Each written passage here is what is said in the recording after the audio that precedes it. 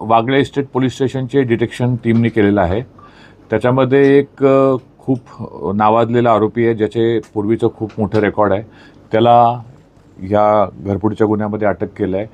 एक 710/25 हा घरफोडीचा 331(3) आणि 305(3) प्रमाणे BNS ॲक्टप्रमाणे एक गुन्हा दाखल होता. एक 41 वर्षीय महिला होती. तिच्या जी अंबिकानगर राहणारी, तिचे दिवसा 24 तारखेला 24/11/2025 तिच्या घरी घरफोडी झाली होती. 24 तारखेला एक गुन्हा होता, त्यानंतर 26 तारखेला आणि 27 तारखेला सलग 3 दिवस 3 घरफोडीचे गुन्हे घडले होते. तर ह्यातला जो मुख्य मेन आरोपी आहे दीपक वैश्य, त्याचं वय 40 वर्ष आहे.